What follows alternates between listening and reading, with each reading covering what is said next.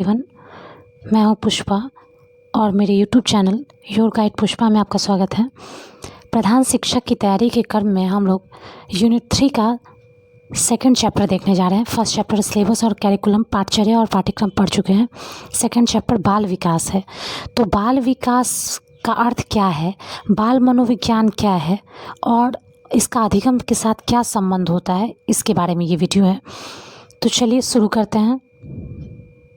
बाल विकास से पहले जो इम्पोर्टेंट टर्म है वो है बाल मनोविज्ञान। तो बाल मनोविज्ञान और बाल विकास के बीच का पहला डिफरेंस हम आपको बता दें कि बाल मनोविज्ञान है वो केवल एक बाल्यावस्था तक है, यानी कि बच्चा जब जन्म लेता है तो जन्म से लेकर के किशोरावस्था तक जो उसमें उसके व्यवहारों में जो परिवर्तन दिखाई देता है वो बाल मनोविज्ञान के अंतर्गत आता है। तो बाल मनोविज्ञान क्या है? जन्म से लेकर के किशोरावस्था तक की आयु के बालक के व्यवहार में, मन में जो परिवर्तन आता है उसका अध्ययन जो कहते हैं वो बाल मनोविज्ञान कहलाता है।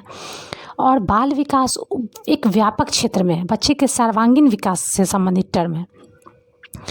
तो बाल विकास कहलाता है कि बच्चे का सामाजिक, नैतिक, शारीरिक, मानसिक, संवेगात्मक यानी विभिन्न पहलुओं का जब विकास देखा जाता है तो विभिन्न पहलुओं, विभिन्न सर्वांगीण विकास, और उसके केवल बाल्यकाल का नहीं बल्कि माँ के जब पेट में वो पल रहा है, गर्भावस्था से लेकर के मृत्यु पर्यंत तक, है ना, क्योंकि बालक ही ना विकास करते करते प्रौढ़ होता है, वृद्ध होता है, तो मृत्यु पर्यंत तक, जब तक उसकी मृत्यु नहीं होती है तो माँ के पेट से लेकर के और मृत्यु पर्यंत तक जो हम बालक के व्यवहार का अध्ययन करते हैं उसको बाल विकास कहते हैं।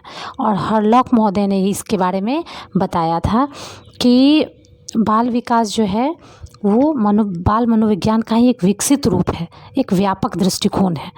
तो चलिए देखते हैं।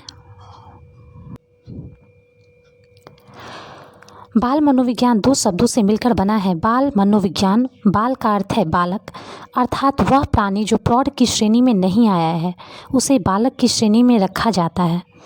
हम यह भी कह सकते हैं कि गर्भावस्था से लेकर किशोरावस्था तक की आयु के बच्चों की बालकों की श्रेणी में रखा जाता है। अब हम बता चुके हैं कि बाल मनोविज्ञान में मनोविज्ञान यानी मन का विज्ञान, तो बच्चा के गर्भावस्था से लेकर के किशोरावस्था तक की आयु, जो बच्चा के व्यवहार या बालक के मन में जो परिवर्तन होता है उसको बाल मनोविज्ञान कहते हैं। इसी चीज़ को कैसे दिया गया है, परिभाषा देखते हैं। बाल मनोविज्ञान से तात्पर्य विज्ञान की उस शाखा से है जो बालकों के मन व्यवहारों का अध्ययन गर्भावस्था से लेकर के किशोरावस्था तक करती है। तो वर्ड ध्यान देंगे, वर्ड क्या है, यही चीज़ इम्पॉर्टेंट हो जाता है। बालकों के मन का यानी सिर्फ व्यवहार का परिप्रेक्ष्य जब कब से गर्भावस्था से लेकर के किशोरावस्था तक होता है तो उसको बाल मनोविज्ञान कहते हैं। अगला टॉपिक, हम लोग जानते हैं कि बाल विकास के अंतर्गत सभी तथ्यों का, जैसे शारीरिक, मानसिक, संवेगात्मक, नैतिक, सामाजिक, इन बच्चों के में जितना इन सब क्षेत्रों में परिवर्तन होता है उन सभी को देखते हैं। तो बालकों के व्यवहारों की एक निर्धारित दिशा कर विकास में सहायता प्रदान करते हैं। हरलॉक, यहाँ वर्ड ध्यान रखेंगे, कौन महोदय है, हरलॉक महोदय, है ना। हरलॉक ने इस संबंध में कहा है कि बाल मनोविज्ञान का नाम जो है बाल विकास इसलिए बदला गया क्योंकि बालक के विकास के समस्त पहलुओं पर, समस्त पहलू का मतलब हम बता चुके हैं, फिजिकल, मेंटल, कॉग्निटिव, है ना, सोशल, इन सारे टर्म को लेकर के। तो किसने कहा था कि बाल मनोविज्ञान का नाम बाल विकास इसलिए पड़ा है ताकि बाल विकास के समस्त पहलुओं पर ध्यान केंद्रित किया जा सके? किसने कहा? हरलॉक ने।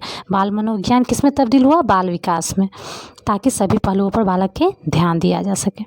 अब देखते हैं बाल विकास एवं अधिगम के बीच का संबंध खास है। ये इस चीज़ को समझ रहे हैं तब बाल विकास से ही जुड़ा हुआ है।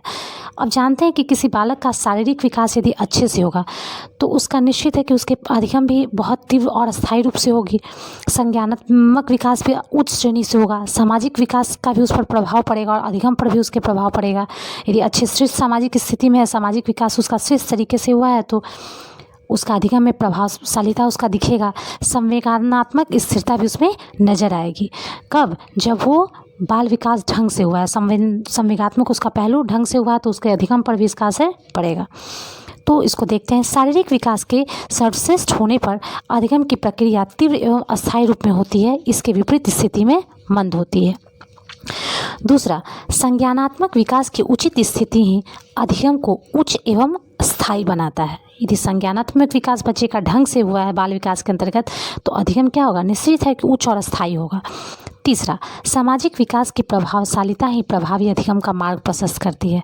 यदि सामाजिक विकास प्रभावशाली है ना, तो उसका अधिगम का मार्ग भी प्रभावशाली और स्थायी बनेगा। फोर्थ, संवेगात्मक स्थिरता के माध्यम से ही बालक संतुलित कार्य व्यवहार सीखता है।